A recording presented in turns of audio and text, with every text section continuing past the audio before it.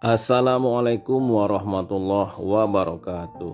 Tabi pun, pada pertemuan kali ini Bapak akan menampilkan video pembelajaran tentang rangkuman materi pembelajaran 1 sampai dengan 6, tema 1, subtema 2, hewan sahabatku. Untuk memulai pembelajaran hari ini, ada pertanyaan refleksi. Apakah kamu penyayang hewan? Apa saja manfaat yang diperoleh manusia dari hewan dan bagaimana cara hewan berkembang biak? Mari kita bersama-sama mempelajarinya. Subtema hewan sahabatku pada kesempatan kali ini masih akan memfokuskan atau mempadukan beberapa muatan pelajaran, yaitu PKN, Bahasa Indonesia, IPA, IPS, dan SBDP. Nah, dalam rangkuman subtema 2 hewan sahabatku ini akan menyajikan kompetensi dasar yang muncul pada subtema 2 hewan sahabatku untuk setiap muatan pelajaran. Pada pelajaran PKN, yaitu menganalisis penerapan nilai-nilai Pancasila dalam kehidupan sehari-hari. Bahasa Indonesia itu menyimpulkan informasi berdasarkan teks laporan hasil pengamatan yang didengar dan dibaca. Sedangkan pada muatan pelajaran IPA membandingkan cara perkembangbiakan tumbuhan dan hewan. IPS mengidentifikasi karakteristik geografis dan kehidupan sosial, budaya, ekonomi, politik di wilayah ASEAN. Nah, untuk pelajaran SBDP, muatannya adalah memahami patung. Itulah kompetensi dasar yang akan kita pelajari pada subtema 2 hewan sahabatku, yang mana pembelajaran ini akan dilaksanakan dalam 6 kali pembelajaran. Dan ini adalah rangkuman materi dari 6 kali pembelajaran tersebut yang sudah Bapak susun dan Bapak buatkan video ini. Selamat menyaksikan dan memahami ya. Pada rangkuman materi muatan PKN, kompetensi dasar 3.1, yang pertama, Pancasila adalah dasar negara Indonesia yang dijadikan sebagai pandangan dalam menjalani kehidupan berbangsa dan bernegara yang begitu beragam. Keberagaman yang dimiliki oleh Indonesia dapat kita lihat dari adanya perbedaan agama, suku, ras, golongan, pekerjaan, budaya, dan lain sebagainya. Perbedaan tersebut sejatinya bukan sebagai pemecah persatuan, akan tetapi sebagai pemersatu bangsa Indonesia ini. Jika terjadi ketidakharmonisan antar umat beragama, maka akan menjadikan bangsa ini mengalami perpecahan. Tentunya hal itu sangat tidak kita inginkan, kan? Perbedaan justru menjadikan bangsa dan negara kita semakin kuat dan mempererat persatuan dan kesatuan bangsa. Nah, seperti yang Bapak jelaskan pada subtema yang pertama, bahwa semboyan negara kita adalah Bhinneka Tunggal Ika.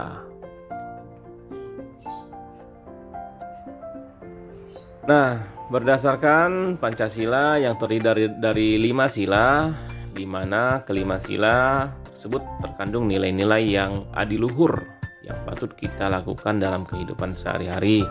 Silakan anak-anak semua untuk membaca apa yang Bapak tampilkan ini, atau bisa juga kalian baca melalui buku tema 1 subtema 2. Di sana sudah sangat jelas tertulis dan sudah Bapak jelaskan juga pada video pembelajaran yang pertama, yaitu subtema yang ke-1.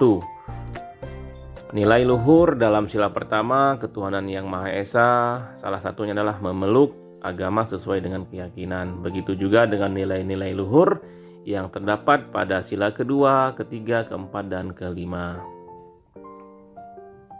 Nah, dengan kita menerapkan nilai-nilai luhur yang ada pada Pancasila ini, maka ketentraman, keamanan, dan kenyamanan bangsa kita akan tercipta.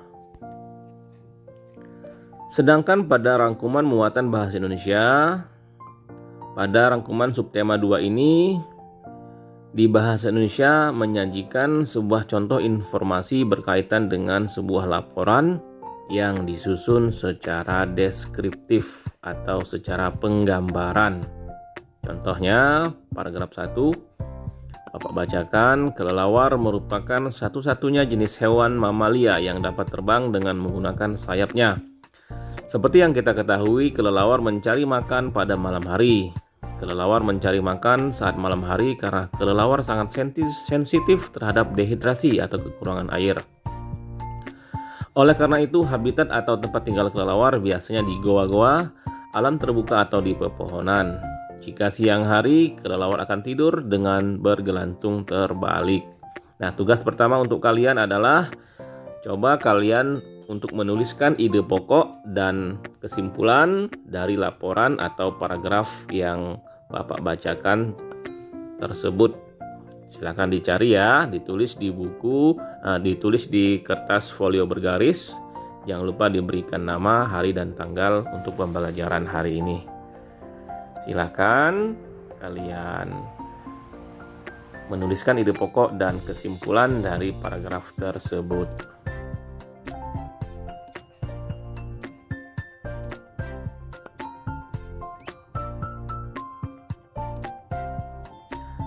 Paragraf kedua, bunga kantong semar indah. Kantong pada bunga ini berisi nektar atau cairan manis bahan pembuat madu. Inilah yang menarik serangga sehingga hinggap di atasnya. Bibir kantong ini licin sehingga serangga akan terpeleset dan jatuh ke dalam cairan yang terletak di bawah kantong. Cairan inilah yang akan menghancurkan tubuh serangga. Selanjutnya, daun akan menyerap zat makanan dari tubuh serangga tersebut. Sama seperti paragraf tentang kelelawar tadi, silakan kalian tuliskan ide pokok dan kesimpulannya dari paragraf yang kedua tentang bunga kantung semar indah ini. Ya, silakan berlatih menuliskan ide pokok dan menuliskan kesimpulannya.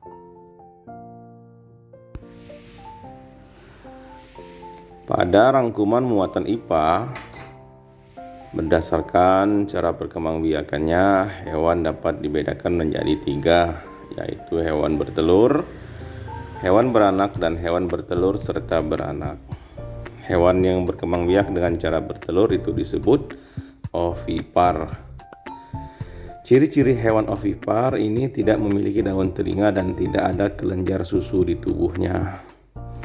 Beberapa hewan yang berkembang biak dengan cara bertelur atau ovipar seperti burung, ayam, bebek, ular, cicak, tokek, dan lain sebagainya. Hewan yang berkembang biak dengan cara melahirkan itu disebut vivipar. Hewan beranak ini memiliki ciri ada kelenjar susu dan daun telinga. Beberapa hewan yang disebut vivipar itu seperti kuda, kambing, sapi, kerbau, babi, anjing, dan hewan-hewan yang lainnya. Sedangkan hewan yang berkembang biak dengan cara bertelur dan melahirkan itu disebut ovovivipar. Adakah hewan yang berkembang biak dengan cara bertelur dan melahirkan? Ada tidak? Ada. Contohnya adalah ular. Beberapa jenis ular tidak selamanya melahirkan anaknya. Kadang-kadang juga pada saat berkembang biak atau mengeluarkan anaknya, ada anak ular yang terbungkus cangkang telurnya. Jadi hewan ular ini berkembang biak dengan cara bertelur dan melahirkan atau istilahnya ovovivipar.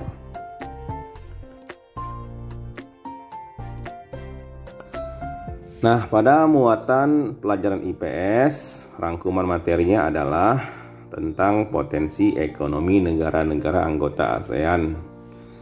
Yang mana seperti kita ketahui bersama bahwa kawasan Asia Tenggara atau ASEAN itu terletak pada jalur perdagangan dunia. Kawasan Asia Tenggara menjadi jembatan antara kawasan Eropa dan Asia Timur. Oleh karena itu, Asia Tenggara menjadi wilayah persaingan bagi pihak-pihak yang ingin memanfaatkan kedudukan strategis kawasan ASEAN ini. ASEAN berperan sebagai wadah untuk menghindari persengketaan yang mungkin timbul. Dengan posisi yang strategis ini, setiap negara di kawasan Asia Tenggara tentu memiliki kekayaan sumber daya yang menjadi kekuatan negara yang ada di ASEAN. Beberapa negara ASEAN dengan potensi ekonominya seperti Brunei Darussalam, negara ini sangat terkenal sekali dengan sumber daya alam berupa minyak bumi dan gas alam. Filipina sama dengan di Indonesia, itu sebagian besar penduduknya bergerak di bidang pertanian. Lalu Indonesia, negara kita merupakan negara kepulauan terbesar di Asia Tenggara. Negara kita ini memiliki sumber daya alam yang sangat melimpah dan juga keberagaman penduduk yang sangat kaya akan seni dan budayanya.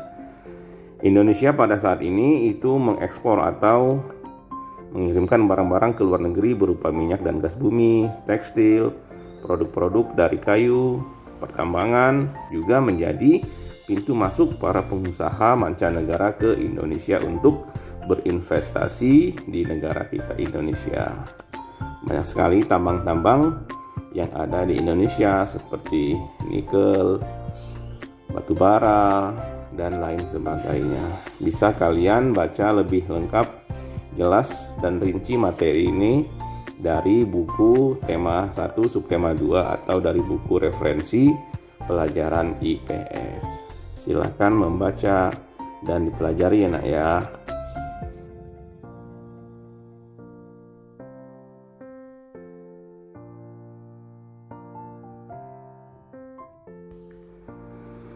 Kemudian ada negara Kamboja. Nah, di negara Kamboja ini terdapat sungai yang bernama Sungai Mekong.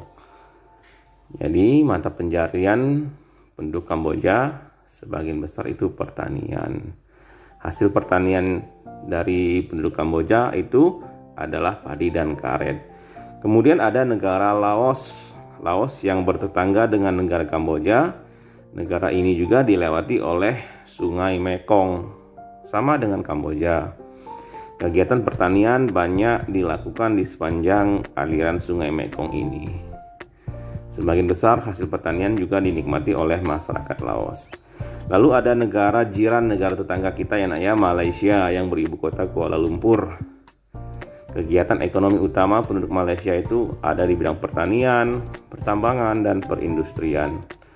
Perdagangan internasional merupakan salah satu kegiatan ekonomi Malaysia yang mengalami pertumbuhan tercepat. Peralatan elektronik, minyak, gas bumi diekspor oleh negara Malaysia ke negara-negara luar. Produk dari kayu, minyak sawit, karet, tekstil, sepatu, dan bahan-bahan kimia diperdagangkan di dunia internasional oleh negara Malaysia. Kemudian negara berikutnya yaitu Myanmar. Mata pencarian utama penduduk Myanmar adalah pertanian, perkebunan, dan pertambangan. Padi merupakan hasil utama dari pertanian yang ada di Myanmar. Myanmar merupakan salah satu negara penghasil padi terbesar yang ada di ASEAN atau Asia Tenggara. Lalu ada negara Singapura. Singapura ini merupakan negara yang paling maju di kawasan ASEAN. Letak Singapura sangat strategis. Saat ini Singapura menjadi negara transit atau negara persinggahan yang paling ramai di Asia. Kemudian ada negara Thailand atau yang biasa dikenal dengan negara gajah putih. Thailand ini disebut sebagai lumbung padi di Asia Tenggara karena padi merupakan hasil pertanian yang terbesar dari negara Thailand.